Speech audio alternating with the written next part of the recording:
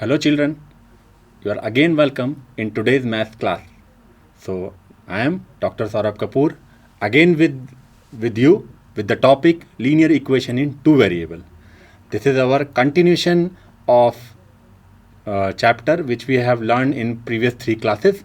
So this is part 4 in which we will learn something more about your linear equation in two variables. So today's outlines, what we have learned. Then we will go ahead with equations of lines parallel to the x-axis and y-axis with some examples. Then today we will go with the application of linear equation two variable, how it is applicable in day-to-day life. Then we will conclude our chapter number 4 with the summary of this linear equation in two variable. Okay, children, let us start today's class. So what we have learned? So we have learned in the last class graph of a linear equation in two variables. So I hope you understand the concept. You have done your exercise of graph of linear equation two variable. Along with that, we have identified pair of solution xy from the graph. So in the previous class, we have learned how to identify the points from our plotted graph. And another way, we have also learned that minimum points required to plot our solution graph.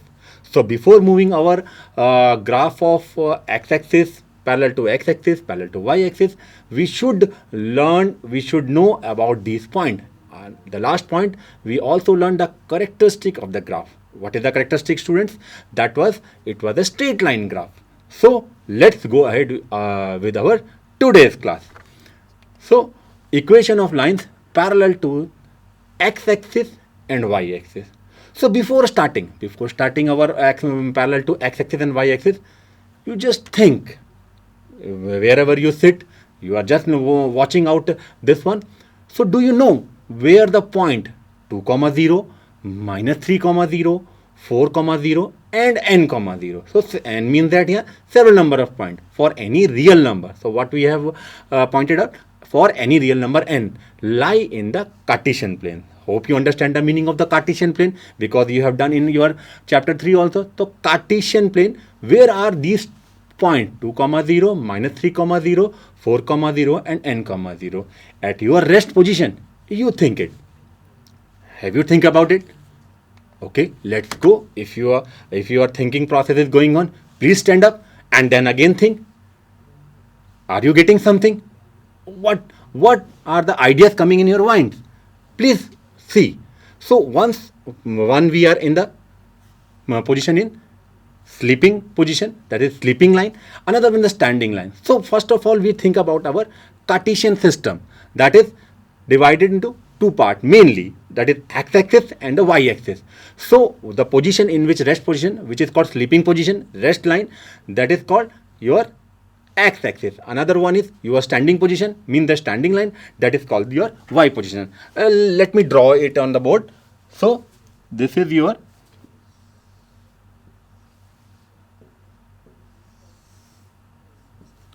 our x-axis and this is our y-axis. So this concept we have already learned, children.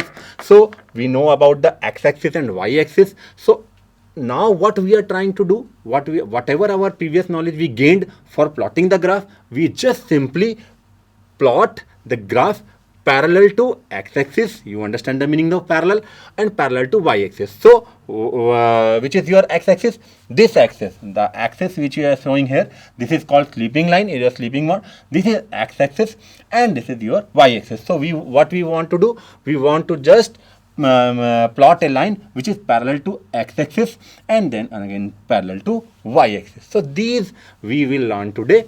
So hope you get some ideas. Let's go ahead. Several questions, several things coming in your mind. You may get an idea also for your problems. Let's go ahead. So you have think critically. Hope you have thinking, because problem is with you and you are thinking regularly. Now hope you got the solution. So what about this point? Again I go back to our problem. What is the problem? Where the points 2, 0, minus 3, 0, 4, 0 and n, 0. let us go back with our previous classes and let's learn what we have done. Let's recall what we have done in our previous classes. So what is the meaning of 2 comma 0? Yes, the meaning is we go on x-axis, only point 2 comma 0 means that x-axis to your 1, suppose this is 1 or this is 2, so this is the point your 2 comma 0 because y is 0 here. So this is your point 2 comma 0. So now we go with the point what? Minus 3 comma 0. Minus 3 is what? Minus 3 means 1. Sorry. So this is our because x-axis. So we will just simply 1, 2, 3. So this is our minus 3 at x-axis, minus 3 and then 0 because y is 0, and similarly 4 comma 0, and then we will go for the n comma 0. N means that several natural number. Now what will happen?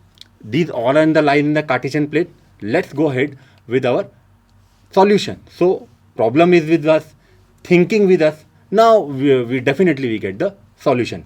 Yes, they all lie on the x-axis. As we see that 2 comma 0, minus 3 comma 0, 4 comma 0, because every point on the y is 0. So this lies on the x-axis. So whole points are lies on the x-axis.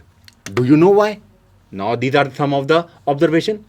On the x-axis, the y coordinate of each point is 0. So what we have seen here, every point is 0 in y-axis, so that we will not leave our x-axis, whether it is minus, whether it is plus.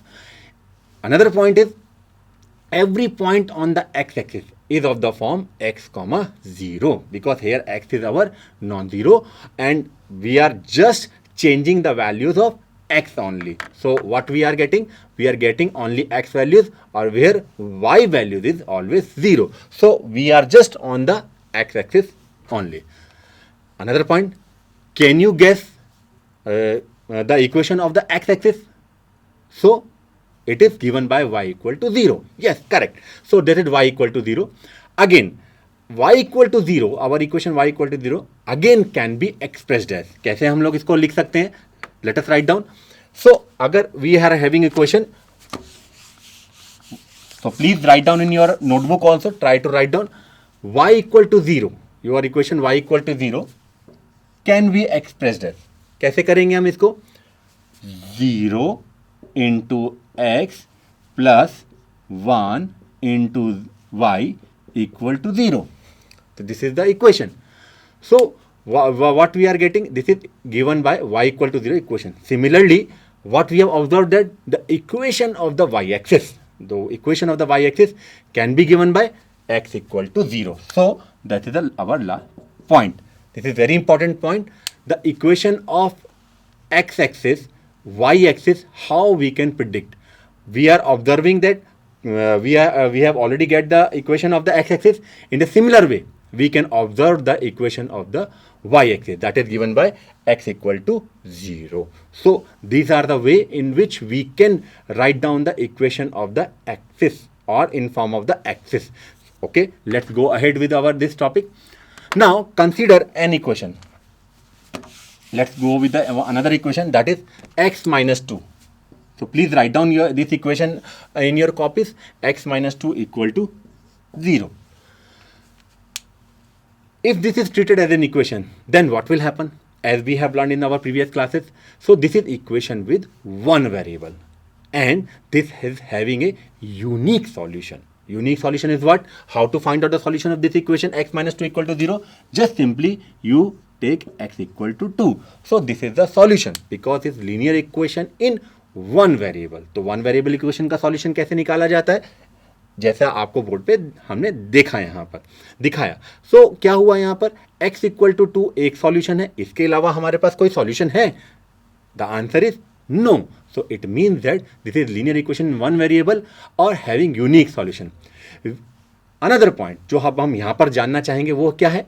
Which is a point on the number line. ये point कहाँ होगा? Number line पे। अगर हम इसके number line पे बात करें, जो सबसे पहली क्लास में हमने linear equation of this chapter for linear equation of two variables में हमने पढ़ा था, तो नंबर लाइन में ये पॉइंट कहाँ होगा children's?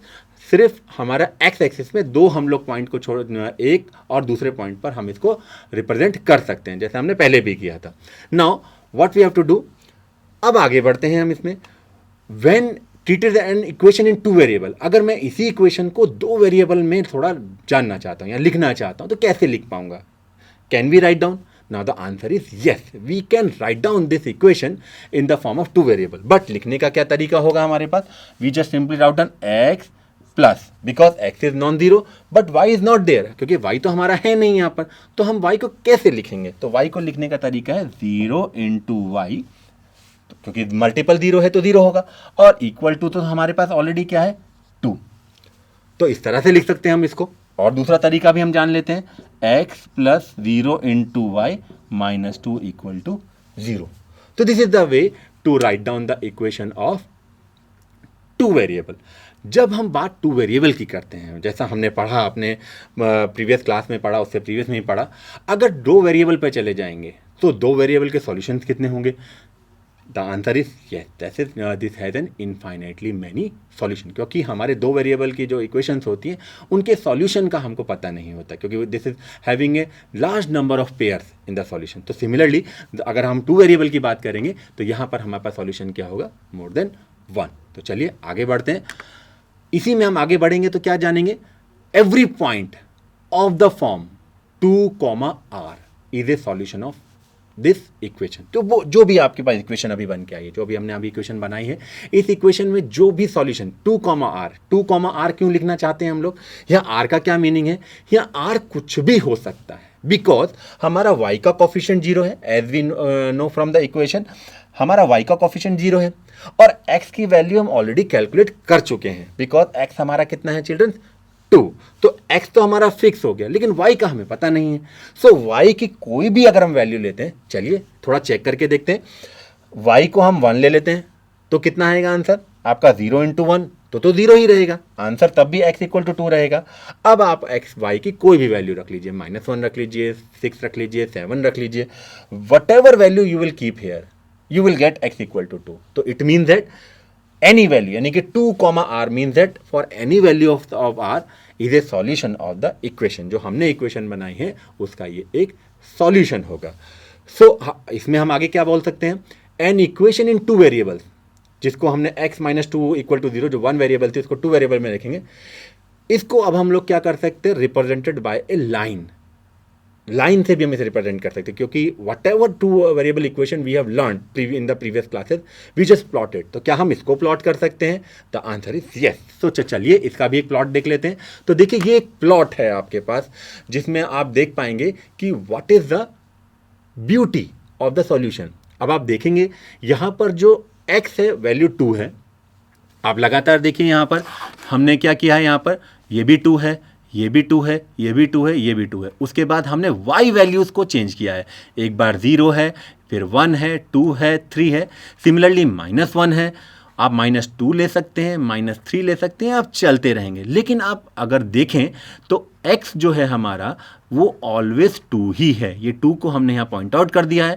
So this is always fix 2, और ये क्या हो गया हमारे पास? Variation in y। अब इसी ग्राफ को अगर आप और ध्यान से देखें तो आपको एक और पॉइंट निकल के आएगा। वो क्या होगा? वो देखिए कि ये जो लाइन है ए बी लाइन, ये लाइन जो ए बी है वो बिल्कुल पैरेलल है आपके इस वाई एक्सिस के। सो ये भी एक इसकी कितनी अच्छा एक रिप्रेजेंटेशन है। आप इसको भी समझ पा रहे होंगे कि ये कितना इंपॉर्टेंट है कि अगर हमारे पास वैल्यू फिक्स है x इक्वल टू 2, जो वो लाइन कैसी होनी होगी? That line is parallel to y axis. So this is the correct answer. So let's go with the another problem. So ऐसे ही अगर हम y एक्स एक्सिस के पैरेलल लाइन चाहते हैं तो हमें क्या करना होगा? तो चलिए थोड़ा सा इसको बोर्ड पे जान लेते हैं। अगर हमारे पास x की जगह हम यहाँ पर y कर दें, तो चलिए इसको थोड़ा सा इसको स्लाइड चेंज कर लेते हैं। अगर ये हम y माइनस 2 इक्वल टू 0 कर देते हैं इक्वेशन को, तो हमारे पास सॉल्यूशन कितना हो जाएगा? y equal to 2। तो y इक्वल टू 2 हो जाएगा। Now if we want to write this equation in 2 variable, तो हम क्या करेंगे, हम जस्ट यहाँ पर इसको सिंपली 0x कर देंगे, क्योंकि हमारा y नॉन जीरो है तो हम y को ऐसे ही रहने देंगे, अगेन 2 लिख सकते हैं। और दूसरा तरीका क्या है हमारे पास, हम चाहें तो इसको y रहने देते हैं और इसको 0x प्लस वाई माइनस 2 लिख देते हैं। तो अब क्या चेंजेस हो सकते हैं, तो चलिए इसको भी जान लेते हैं।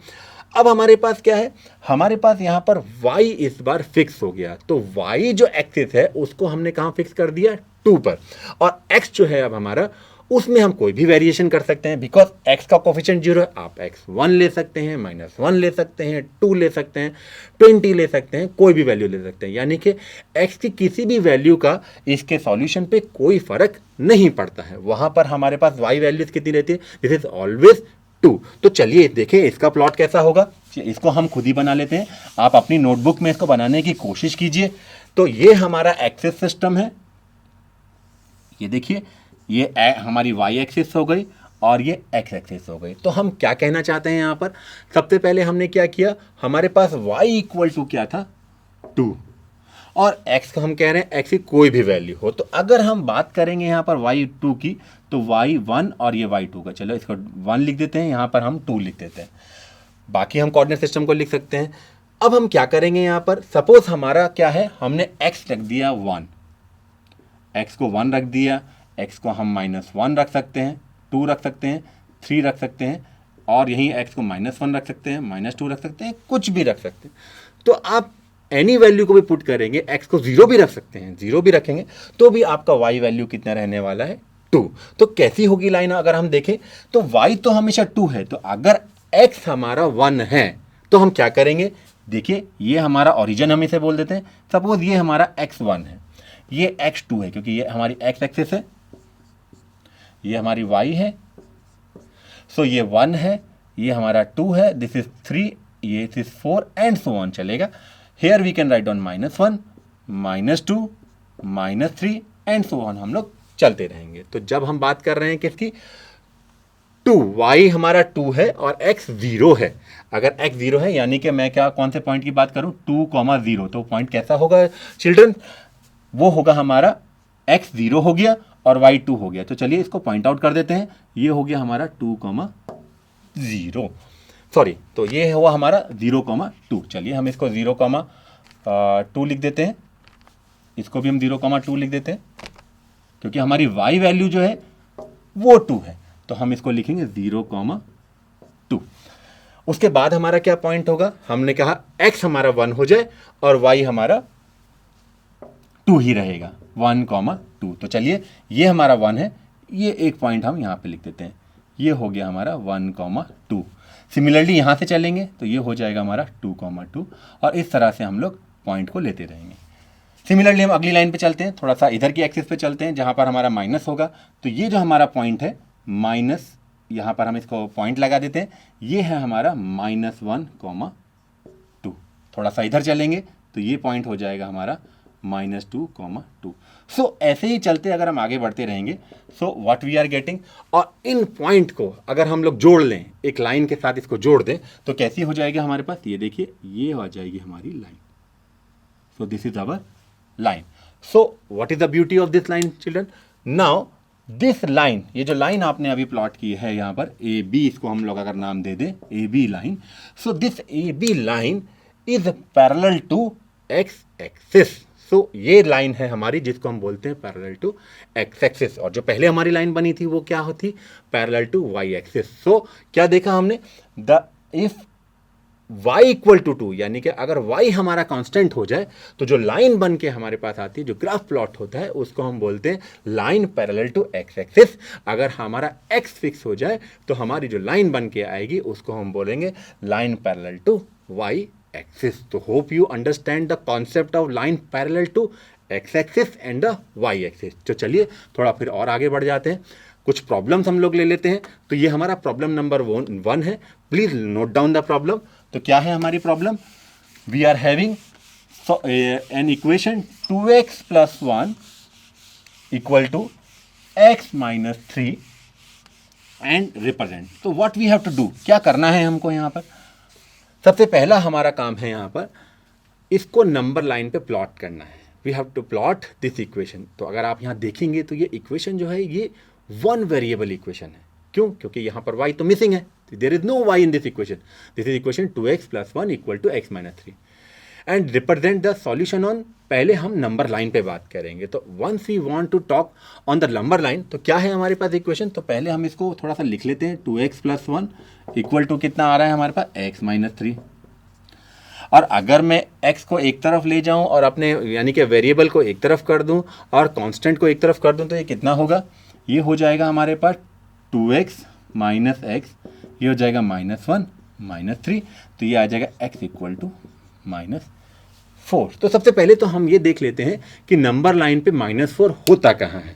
तो अगर नंबर लाइन पे हमें -4 को रिप्रेजेंट करना है तो चिल्ड्रन कैसा होगा, द आंसर इज, ओरिजिन से आप लेफ्ट की तरफ जाएंगे यानी कि नेगेटिव पॉइंट की तरफ जाएंगे तो वहाँ पर -4 आप शो कर सकते हैं, जैसा हमने पहली क्लास में सीखा था। तो वो तो है आपका नंबर लाइन।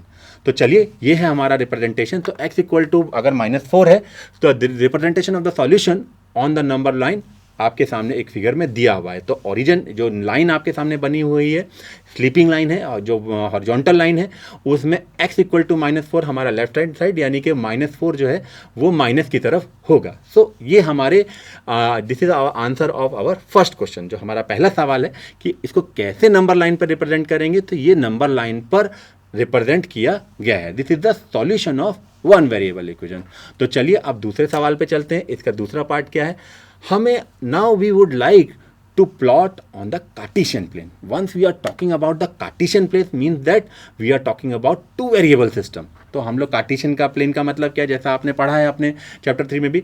अब हम टू वेरिएबल की फॉर्म में इसको लिखना चाहेंगे और उसके बाद इसको शो करना चाहेंगे। तो क्या करना होगा हमको, हमारे पास इक्वेशन जो है x = -4 है। We are having this equation and this equation is seems to be equation of one variable.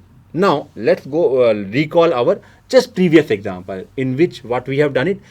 If one value is fixed, what we can do children, we just simply change the value of y. तो हम यहाँ पर y को change कर सकते हैं। अगर हम y 0 लेते हैं, हम y 1 लेते हैं, y -1 लेते हैं, तो x वैल्यू में आपका कोई चेंजेस नहीं होंगे।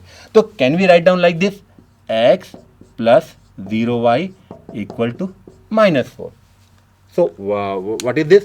This is our formation of equation of two variable. तो ये two variable में हमारी बन गई। तो अब हम क्या करेंगे इसको, now we just simply change the value of y, क्योंकि x तो आपका -4 ही रहेगा। there is no change in -4। अगर आप x एक्सिस में इसको देख पाएंगे तो -4 आप अपने टीवी स्क्रीन पर देख सकते हैं कि -4 आपका लेफ्ट हैंड साइड में है। तो जो भी पॉइंट आप लेंगे वो -4 फिक्स रहेगा, y वैल्यूज अब आपकी चेंज हो जाएंगी। तो चलिए इसमें थोड़ा सा आगे बढ़ जाते हैं। सो पहला हमारा था आंसर क्या, कि हमने we have just simply write down this equation in the form of linear equation in two variable. Now all the values of y are permissible. y permissible because it is always multiple of 0। आप कुछ भी y रखिए, कोई changes आपके नहीं होंगे।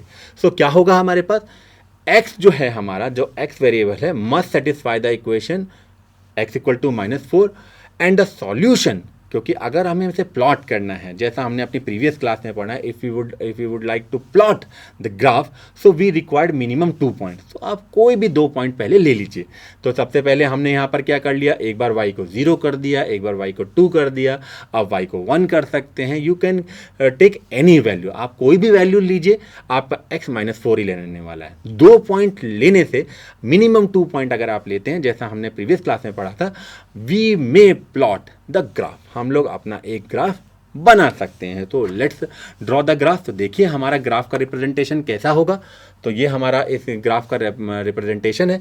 क्या किया हमने यहाँ पर, ये देखिए आपके पास जो फिगर दिखाया जा रहा है, आप देखेंगे यहाँ पर, ये है आपका 4, नंबर 4, और ये देखिए -4 जो है आपको नंबर लाइन में, जैसा हमने लाइन पे इसको प्लॉट किया था, x एक्सिस पे प्लॉट किया था, ये -4 है।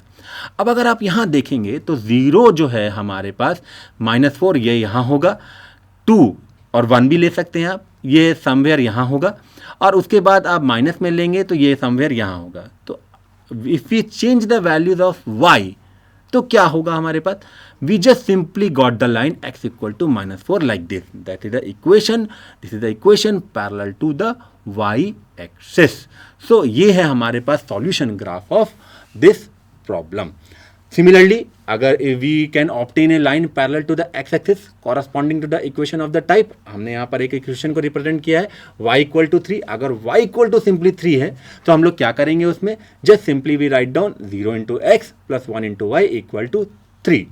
सो जैसे ही हम लोग इसको इस तरह से लिख पाएंगे तो what we can do, we one just change the values of x की वैल्यू चेंज करेंगे और हमारे पास जो इक्वेशन आएगी वो पैरेलल टू कैसी होगी, x एक्सिस.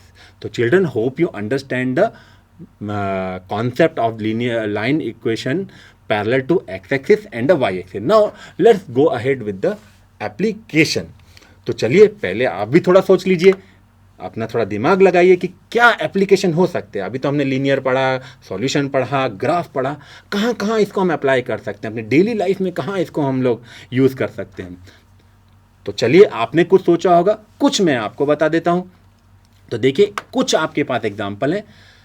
अगर आपको कोई प्रिडिक्शन करना है, मेकिंग प्रिडिक्शन, आपको बजटिंग करना है, रेट्स जो है उनको तय करना है, मैनी मोर का मतलब है आप सोचिए इसमें, आप आज इसको जब आप पढ़ेंगे आप इसको करेंगे, इसके बारे में और थोड़ा सोचिए. तो चलिए मैं पहले एक मेकिंग प्रिडिक्शन जो है उसको थोड़ा सा आपको एक्सप्लेन करने की कोशिश करता हूँ. तो चलिए इसको समझने की कोशिश करते हैं कि प्रिडिक्शन में टू वेरिएबल इक्वेशन का क्या यूज़ है और उससे हमें क्या फ़ायदे होंगे. तो चलिए, क्या है मेकिंग प्रिडिक्शन में, one of the most helpful way है to apply linear equation in everyday life.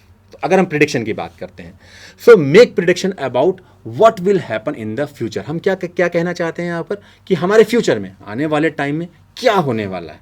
तो उसको अगर हम जानना चाहते हैं तो वहाँ लीनियर इक्वेशन जो है हमारे को हेल्प करेगा. और यहाँ हम टू वेरिएबल की ही बात कर रहे हैं तो हम टू वेरिएबल से इसको हम जानने की कोशिश करेंगे. तो चलिए, आप एक एग्जाम्पल ले लेते हैं कि कोई एक टॉय सेल शॉप है. हमारा पे बहुत सारी शॉप्स आपने देखी होंगी, डेली लाइफ में आप शॉप में जाते भी हैं. तो टॉय सेल शॉप जो है स्पेंड ₹2000 इन इनिशियल स्टार्टअप. वो स्टार्ट करती है, 2000 रुपये पहले वो लगा देती है, मैंने इन्वेस्ट करते हैं, क्योंकि अगर आपको कोई सामान बेचना है तो पहले ख़रीदना भी होगा. अगर कोई दुकानदार है वो जब अपनी दुकान को चलाता है तो पहले अपना सामान मटेरियल दुकान में रखेगा तभी बेच पाएगा. जैसा आप जानते हैं, आप भी डे टू डे लाइफ में जाते हैं शॉप पे सामान खरीदने.